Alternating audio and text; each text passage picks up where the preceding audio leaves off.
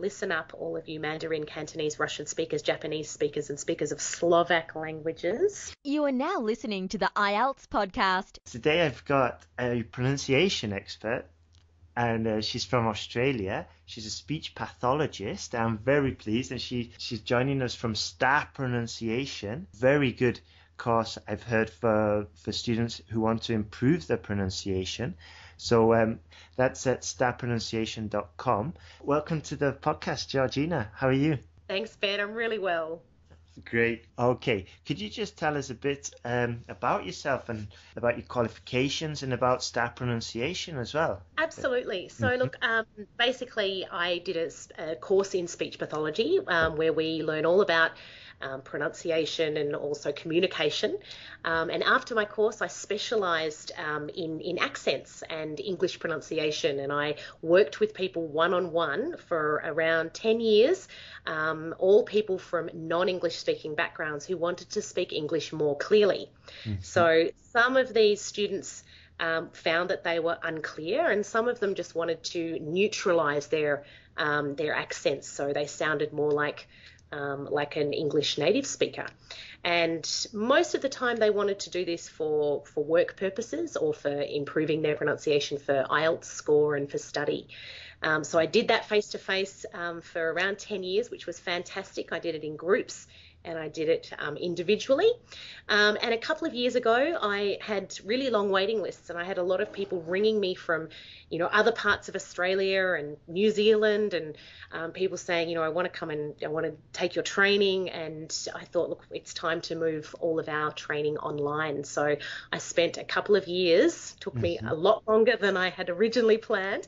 Took me over 2 years to move all of our programs onto the internet and onto video training tutorials. So basically I've created different courses for speakers of different languages, because for pronunciation it's really important that you have training that is specifically for your needs as a speaker of a certain language. So people who speak Mandarin will do a different course to someone who speaks Russian or Korean, for example.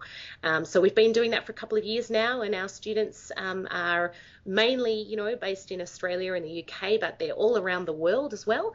And we're getting great feedback, and it's really exciting. And we, have email contact and phone contact with our students as well. So that's what we're up to. Wow, that sounds great. Fantastic. That's awesome. And while you were talking, you said something, neutralize the accents. That sounded interesting. Could you just expand a bit on that, please? Yeah, sure. So basically, some people when they are learning some people when they're learning English find that they have difficulty pronouncing some sounds in English, and also maybe have difficulty with the rhythms and the stresses, and this gives them a really strong accent, and they might find that that's making some of their speech unclear. So some people are asking them to repeat themselves, or just sometimes they're getting a blank look, and they can tell that the listener has not easily understood them. And so those people will want to lessen that accent and become more clear. And that's basically about neutralizing. So we're bringing people more towards their making their speech more like an English native speaker. So it's easier for listeners to understand. I see. Do you have a system or a procedure to bring it in line, to bring it nearer to a native speaker? Yeah, so I guess the first step is always an assessment, or helping the student understand which areas of their pronunciation need to be changed. In English, there's quite a few areas that are really important for speech clarity, and they are rate of speech, volume of speech, the way that you move your mouth. They're also the sounds are really, really important. So vowel sounds and consonant sounds, and also the stresses and rhythms and the way that we use the pitch and the tone of the voice in English. Right. So I guess the first step is really working out, well, which areas of pronunciation does the student need to change or need to correct in order to make, to make them more correctly, to make them. Yeah, so definitely that's the first step. And then after that, there's definitely systems. We need to, help the student make the sounds and the speech patterns correctly, and then we give them loads and loads and loads of practice and way to get confident with using their new speech sound and new speech patterns, while they're practicing, but really most importantly, while they're out and about in their everyday life or in an IELTS exam.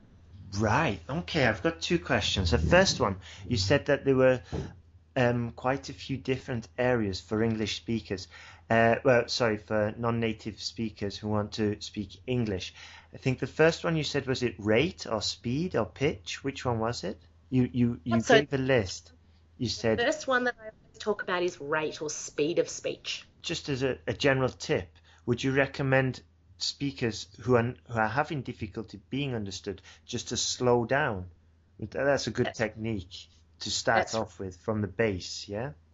Yeah, absolutely. And I often have students that speak quite quickly, and they might do this because they speak quickly in their first language, or they might be doing this to sound more fluent in English. And often when non-native speakers speed up, their pronunciation changes a little bit.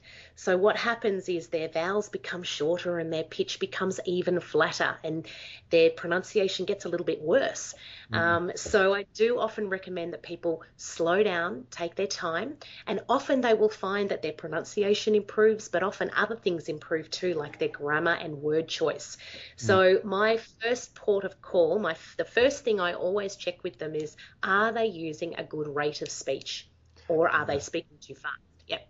Right. Yeah. I've discovered similar things because here in Spain, the locals, especially in the region where I live, they speak incredibly fast in their own language, and they try and maintain this speed when they're speaking English, and it ends up really, really difficult to understand because, as you said, the vowel sounds, they change. The word choice isn't the optimum word choice, and it becomes a real stress and difficult, and it's really difficult to understand them. So the first part of call, I used to tell them to slow down, and it's exactly what happens. Just what you said, the word choice increases and the clarity improves, and altogether, there's the whole message can be understood. The communication improves, and the second part of call. Which was the second part of call? Yep. So the first was speed or rate, and then the second? The second one that I usually check is volume. So making sure that the person's using a voice that's loud enough to be easily understood. Some people, when they're speaking in English, kind of lack confidence, and they might, make their speech a little bit quieter. And often students say to me, "Oh, when I don't know a word in English, I just say it really quietly and really quickly and hope that the listener will, understand." And that's the worst thing that they can do. So really, they need to, give the listener all the help that they can and slow it down and say it clearly and give the listener time. And so using a good volume is so important. And these are things that are important for native speakers too. Of course, yes. Obviously, speaking too fast and speaking not loud enough is really a problem. So if you do speak quietly, lots of practice using a louder voice. Yes, it's got so many more advantages as well if you just speak louder. You appear more confident, and it's clearer, and it's more effective as well. That's right. And the third point, which was the third point? Yeah. So the third point is the way that you move your mouth when you speak English. So I often find that non-native speakers will use a mouth position that's similar to their first language. So I have a lot of Mandarin speakers, for example, or Japanese speakers or Russian speakers that use a very closed mouth position. Now, this is a problem because in English we have a lot of open sounds. We have sounds like or and ah and and O that need us to open and move our mouths. If you try and make those sounds without moving your jaw, it means that they'll be quite unclear. So I always say to people, move your mouth, start to open, and double check that that you are moving and opening your mouth. Because if I spoke English like this with my mouth closed, so I'll just repeat that. If I spoke English like that with my mouth closed, it's really unclear. And I find a lot of them are actually doing what we call mumbling. Yeah. So, that's a really easy, quick thing that people can do to improve. And I imagine they could do this by looking in the mirror and seeing and physically checking if they are opening their mouth to the sound. Absolutely. I see. Yeah, definitely. And a good teacher as well would spot that they have to ask the student to open the mouth and just spot that the mouth is closed while they're speaking. Mm-hmm. That's right. Yeah, absolutely. So checking in the mirror is a really good idea. And also, I encourage students to pick a native English speaker that they think speaks really well. So it might be Barack Obama or, somebody that speaks really well. It might be a newsreader. And have a look at their mouth. You'll notice that you can often see their tongue and inside their mouth. And that's that's what we're aiming for. We're opening, good opening and good movement of the mouth. So yeah, makes a big. And in your course, if you found that a student had that specific problem, do you give them a list of words to read and to pronounce until it's perfect? Is that how you would work? Yeah. So really what we do is we give students some sentences and things to practice and words. But in our course, we tend to identify which vowels are difficult for the student, and we encourage them to, practice opening and moving their mouths while they're working on these other areas as well. So, definitely look, listening and repeating and becoming more aware of those is definitely something that's part of the course. Could you just give me the top 3 mistakes? If I give you maybe 3 or 4 nationalities. Yeah, sure. If you could give me the top 4 mistakes and how they could improve that. Would that be okay? Absolutely. Yeah, that sounds good. Awesome. Great. Okay, let's go. Let's first start with Spanish speakers. Yes, sure. Okay. So Spanish speakers. Now, I do get a bit excited, so I might give you more than 3 or 4, sorry.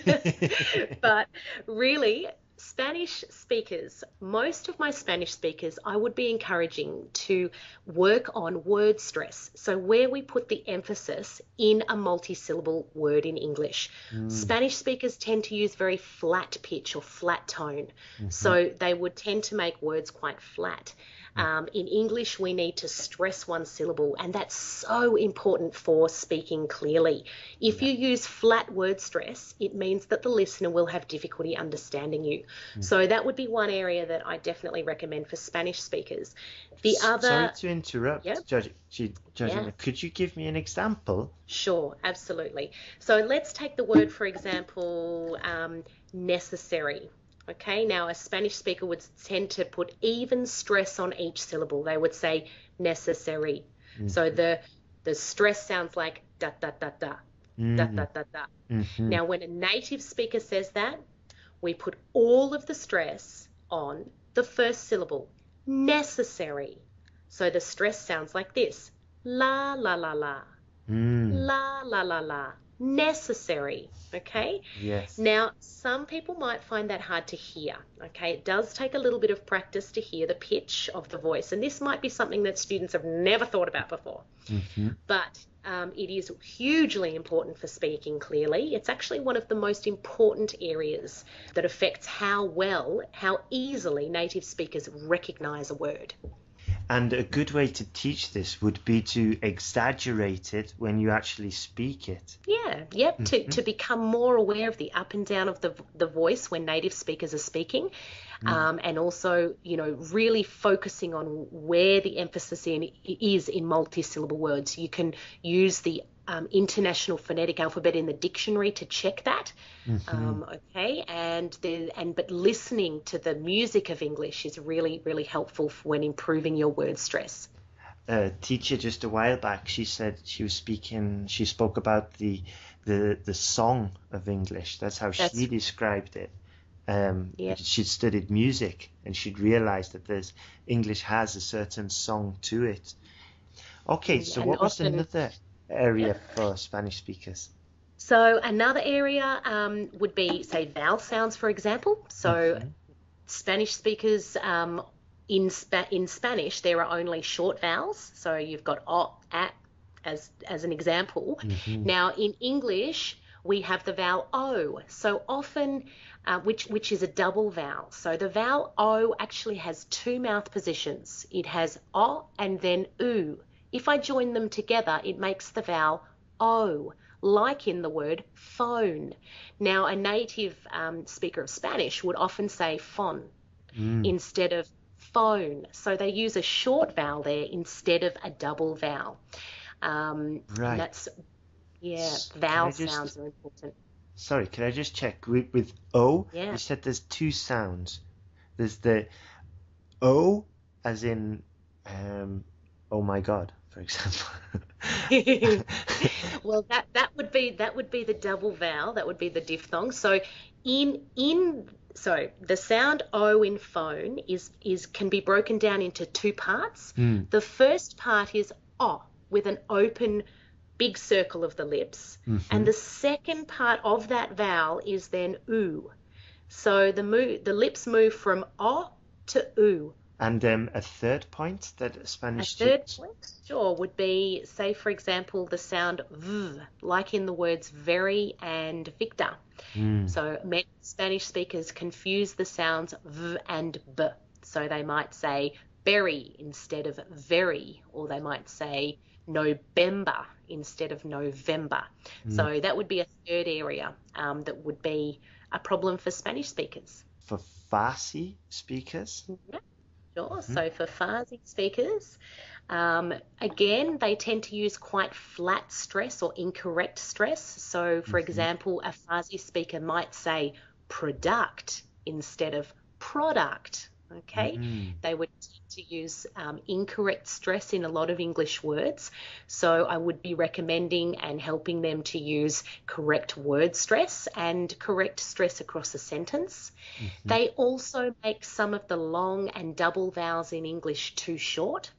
So, for example, the double vowel A, which is the vowel E and then the vowel I smoothly joined together, A, they would tend to make it shorter. So in a word like pain, it might sound a little bit more like pen.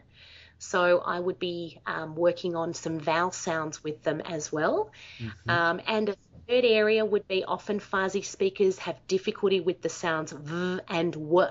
So where the Spanish speaker confused the sound V, so V with B, the Farsi speaker confuses the sounds V and W.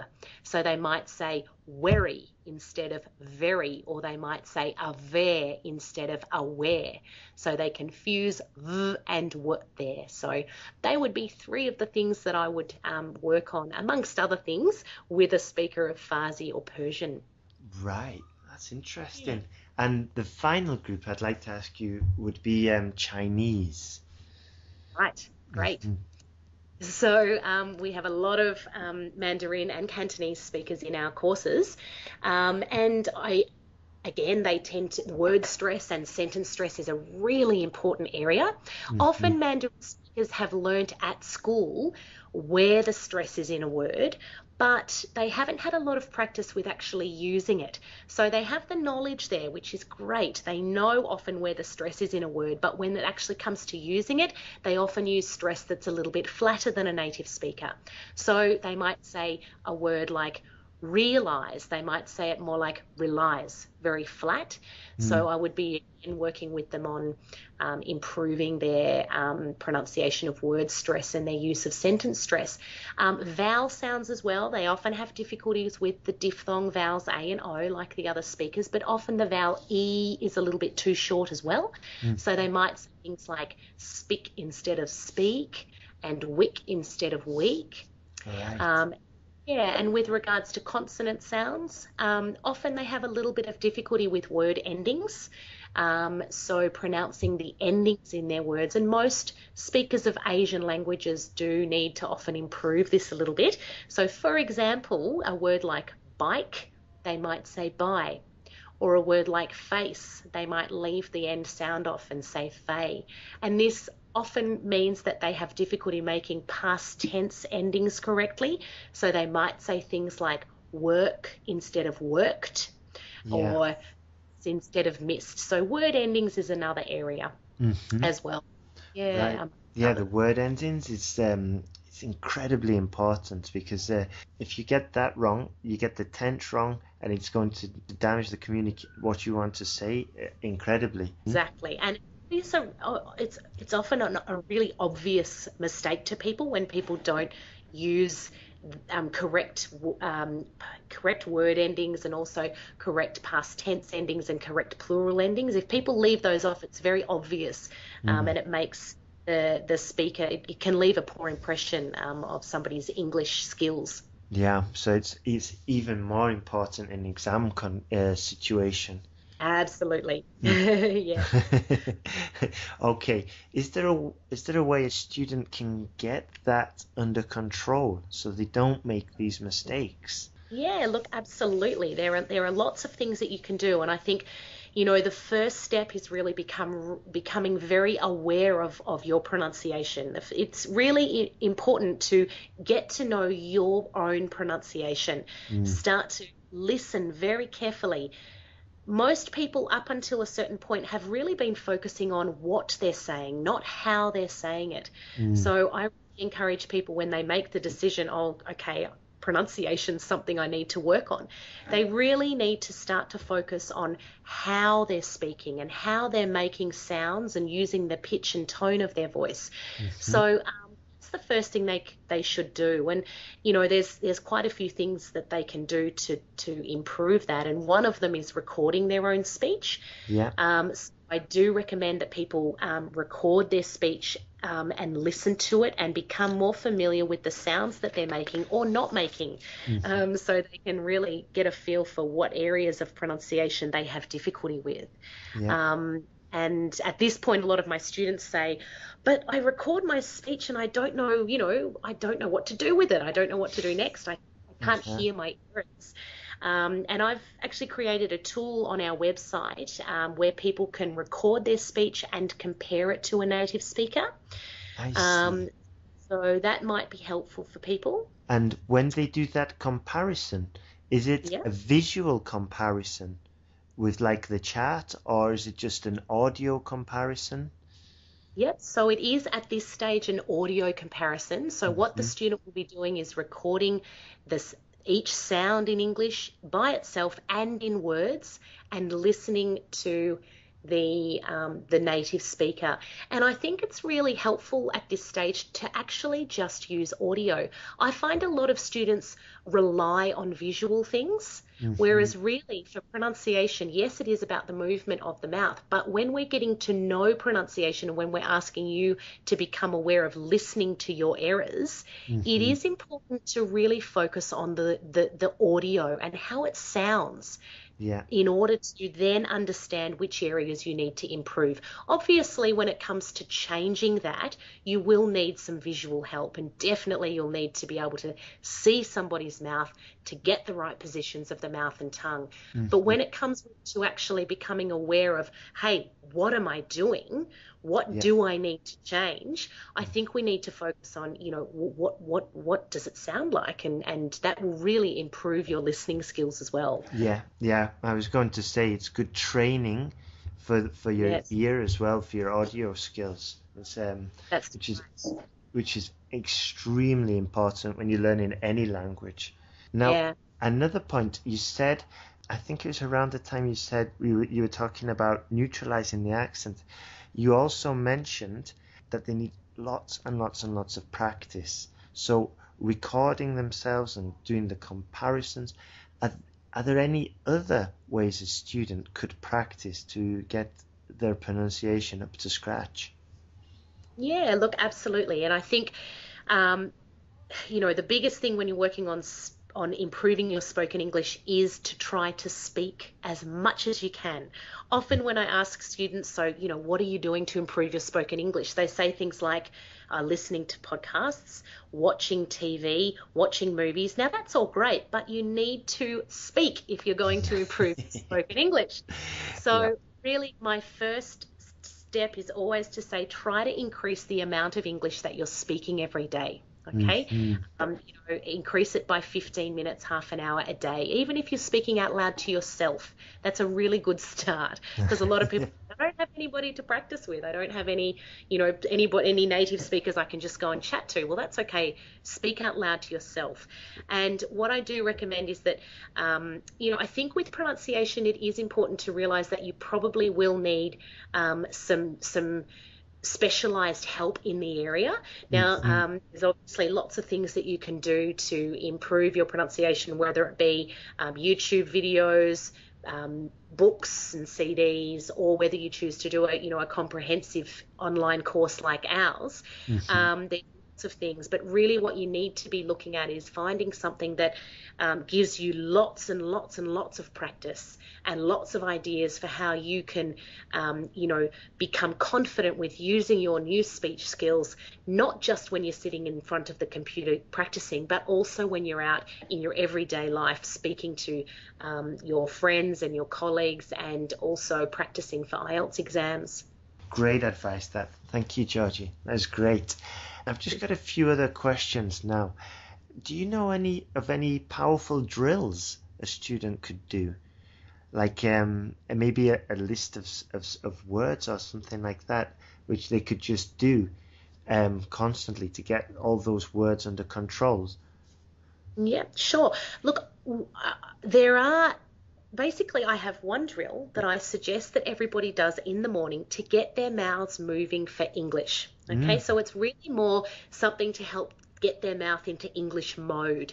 I think that it's really important with English to, before doing drills to improve vowels and consonants, I think you need to really have some good teaching to make sure that you're making the sounds correctly, and make sure that you have the awareness to check that you're making them correctly before you just start repeating lists and, doing listen and repeat exercises. Right. So my drill that I recommend that everybody does in the morning when they wake up, listen up, all of you Mandarin, Cantonese, Russian speakers, Japanese speakers, and speakers of Slovak languages.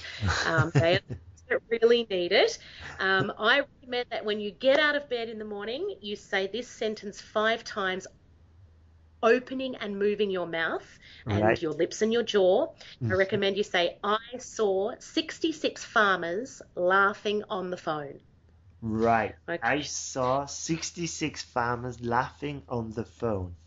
Right. Excellent. And you moved your mouth really well then, Ben. I could hear that opening and moving your mouth. You got all the sounds in 66. Okay.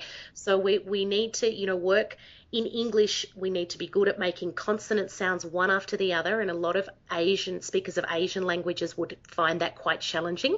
So, for example, a speaker of Vietnamese or Thai might say sikti sikt, or they might say sik sik. They tend to have difficulty making consonant clusters one after the other. So really feel the sounds as you say it and open your jaw and your mouth. I saw 66 farmers laughing on the phone. You should feel your jaw opening, and try it in front of the mirror and make sure that you're opening and closing your jaw. But as for drills on specific sounds, you really need to be making sure that you have the mouth position for the sound correct before you go using it in a drill or doing listen and repeat exercises. So there's a few steps involved that I would recommend that people take before they start practicing words and sentences in drills. The steps would be first get the sounds of the consonants and the vowels under control, and that's right. Then possibly progress into sentences and words, but it would be in that order: first the sounds, then the words, not at the same time. Or no, think of it like going from crawling to running. Yeah. So words are broken down into smaller sections called sounds, and if you're getting a sound incorrect, we need to correct your position first. When say, for example, it is the sound v that you're having difficulty with, we need to make sure that you're 100% confident with how to position your mouth to make the sound v. Then we would put that into a word, practice it in a word, because that's the next step. And then we need to practice it in a phrase. And that's often a big jump for people. Often they can make it correctly in a word, but when they go to put it into a phrase or a sentence, wow, things go back to where they were before. So really need to take each step, and work up the ladder there. Hmm. And often I find that a problem that people something that's not right that people do is when they're practicing pronunciation, they might just practice the sound in a word and Yeah. over and over in a word, and then they expect that when they're out in their IELTS exam that they will be able to say it correctly in free speech. Now, there's quite a few steps in between there. We need to practice it in phrases, we need to practice it in sentences, we need to practice it in free speech then. So there's a few steps involved. Yeah. It's not as easy as just understanding the sound. Yeah. Okay, I see. Yeah, it's like a lot of things. If you once you get involved, once you get deeper into the subject, you realize there's a lot more components than That's right. appears from outside. And the way Yes. to get control of this is to break it down into its tiny components and take it step by step instead of jump into the obvious. Just break it down and get the basics under control, and then build from that good foundation. Absolutely. And that's why, I often recommend that students just choose one or two areas to work on first with their pronunciation. So identify two areas or one that they have difficulty with and work on that first. I think some people try and work on, lots of things at the one time, and that's just too much. Changing pronunciation does take quite a lot of practice. So, as you said, breaking it down into smaller steps is really important. Yeah, it takes a lot of practice, but the return on investment is incredible because suddenly you're understood and your effectiveness in communication, it maybe goes from 60 to 80, 90%. Also, the way you speak and the pronunciation, it tells a lot about the person you are as well, I think. Absolutely. Yeah, and I think, one thing that we keep hearing from our clients is that it really affects confidence. If people are not confident with the way they're pronouncing, it affects the way that they are, the way that they speak and the way they communicate. And, we really find that when people improve in their confidence with speaking, it really is quite life-changing. It has a big effect, and they find just they grow in confidence and everything gets easier. You think of how many times we speak during the day, and if somebody is worried every time that they speak whether they're going to be understood or not, and they lack confidence with their pronunciation, it just has a huge effect. So yeah, that's right. It really makes a massive difference. www.starpronunciation.com. And we do have 5 free video tips, which we'd love you to sign up to. It's a really great starting point for people who are wanting to start to think about these areas and, and start to improve their English pronunciation and speech clarity. So you can do that at our website. Sign up for the 5 free tips and email me anytime if you have any questions. Thanks for listening to IELTSPodcast.com. And remember to leave your email for updates.